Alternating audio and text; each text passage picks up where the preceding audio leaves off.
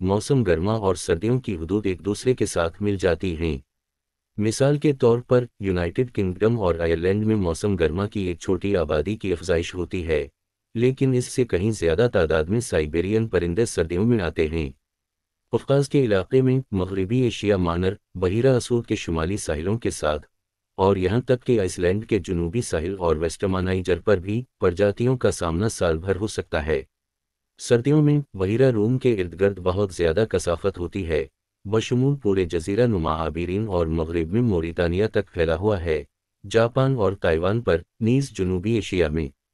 سردیوں کے دیگر اہم مقامات میں وادی نیل کی تقریباً پوری لمبائی، مشرق قریب اور خلیج فارس کا علاقہ، شمالی ایران کے پہاڑی سلسلے، اور جنوبی کوریا اور براعظم مشرقی اور جنوب مشرقی ایشیا شامل ہیں۔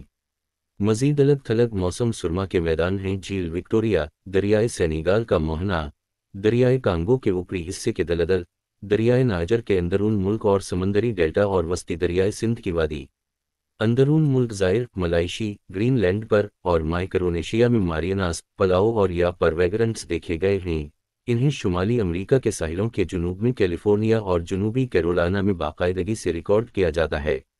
اٹلی میں سردیوں کے ٹی ایل سے باخبر رہنے سے زیادہ تر افراد فروری اور مارچ کے درمیان موسم سرما کے میدانوں سے روانہ ہوئے، بلیک سی میڈیٹرینین فلائی وے کا استعمال کرتے ہوئے اپنے افزائش گاہوں تک پہنچنے کے لیے وسطی یورپ سے یورال کے مشرق تک مئی تک۔ یہ سست ہجرت کے آغاز کے قریب طویل رک جانے کی وجہ سے ہے، بنیادی طور پر جنوب مشرقی یورپ میں۔ مجموعی طور پر یوریشین ٹی ایل اپنے امریکی ہم منصب کے مقابلے میں بہت کم عام ہے، اگرچہ اب بھی بہت زیادہ ہے۔ اس کی تعداد کا اندازہ بنیادی طور پر سردیوں کے پرندوں کی تعداد سے لگایا جاتا ہے۔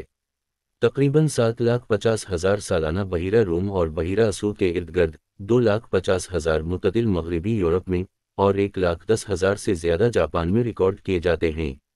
1990 اور 1991 میں ایک مزید تفصیلی مردم شماری کی گئی، جس میں ایران میں سردیوں میں 2,10,000 سے زیادہ پرندے، پاکستان میں تقریباً 1,09,000، آذربائیجان میں تقریباً 77,000، ہندوستان میں 37,000، صفر میں 2,000 سے زائد پرندے برآمد ہوئے۔ ستان اور تائیوان میں تقریباً 12,000۔ 1990 کی دہائی میں سالانہ 1 سے 2% کی سست کمی کے ساتھ یہ فی الحال اپنا قبضہ برقرار رکھے ہوئے ہے، غالباً بنیادی طور پر گیلے علاقوں کی نکاسی اور آلودگی کی وجہ سے۔ آبادی کی نگرانی جاری رکھنے اور ممکنہ طور پر بہتر تحفظ فراہم کرنے کے علاوہ کسی اور کارروائی کی ضمانت نہیں ہے۔ سردیوں کی زمینوں پر مسکن IUCN اور bird life international Eurasian T L کو کم سے کم تشویش کی ایک نوع کے طور پر درجہ بندی کرتے ہیں۔ زیادہ متعدد کیرولیننس کی تقسیم سے پہلے ان کے جائزے میں کوئی تبدیلی نہیں آئی۔ یوریشین ٹی ایل ان انواع میں سے ایک ہے جس پر conservation of African Eurasian migratory water birds AWA کا اطلاق ہوتا ہے۔ یہ دبلی ہوئی بطخ افزائش کے موسم کے باہر انتہائی ہموار ہوتی ہے اور بڑے ریور بنائے گی۔ ایران میں تیز گھومنے والے ریور ویڈز سے ملتے جلتے ہیں۔ اپنی چھوٹی ٹانگوں کے باوجود یہ بطخوں کے معیار کے مطابق زمین پر بھی کافی پھرتیلا ہے۔ افزائش کے موسم میں یہ میٹھے پانی کی گیلی زمینوں کا ایک عام باشندہ ہے جس میں کچھ لمبے درخت ہوتے ہیں، جیسے کہ ٹائیگا بوگس، یا چھوٹی جھیلوں اور تالابوں میں جن میں وسیع ریڈ بیڈ ہوتے ہیں۔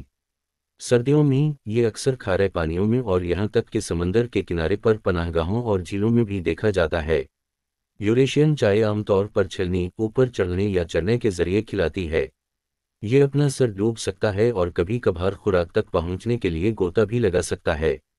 افزائش کے موسم میں یہ بنیادی طور پر آبی غیر فقرے کھاتا ہے، جیسے کرسٹیشین کیڑے اور ان کے لاروا، مولسکس اور کیڑے۔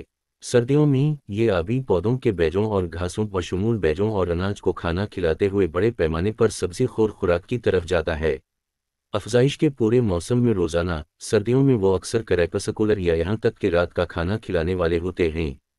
یہ زمین پر پانی کے قریب اور ڈھکن کے نیچے گھونسلہ بناتا ہے۔ جوڑے موسم سرما کے سہ ماہی میں بنتے ہیں اور ایک ساتھ افزائش کے میدانوں پر پہنچتے ہیں، تقریباً مارچ سے شروع ہوتے ہیں۔ افزائش اس کے کچھ ہفتوں بعد شروع ہوتی ہے، زیادہ تر شمالی مقامات پر مئی تک نہیں۔ گھونسلہ ایک گہرا کھوکھلا ہے جو خشک پتوں اور نیچے کے پروں سے لگا ہوا ہے، جو پانی کے قریب گھنے پودوں میں بنایا گیا ہے۔ جب مادہ بچھانا شروع کر دیتی ہے، نر انہیں چھوڑ دیتے ہیں اور کم یا زیادہ فاصلے کے لیے چلے جاتے ہیں، خاص جھیلوں پر ریور کی شکل میں جمع ہوتے ہیں جہاں وہ گرہن کے پلمیج میں مل جاتے ہیں۔ وہ عام طور پر اپنی اولاد سے صرف سردیوں میں ہی ملیں گے۔ کلج 5 سے 16 انڈے پر مشتمل ہو سکتا ہے، لیکن عام طور پر 8 سے 11 کی تعداد ہوتی ہے۔ وہ 21 سے 23 دنوں کے لیے انکیوبیٹ ہوتے ہیں۔ بچے انڈوں کے نکلنے کے فوراً بعد گھونسلہ چھوڑ دیتے ہیں اور تقریباً 25 سے 30 دنوں تک ان کی ماں کی طرف سے حاضری ہوتی ہے، جس کے بعد وہ بھاگ جاتے ہیں۔ نر اور مادائیں جن کے جوان ہیں عموماً الگ الگ سردیوں میں چلے جاتے ہیں۔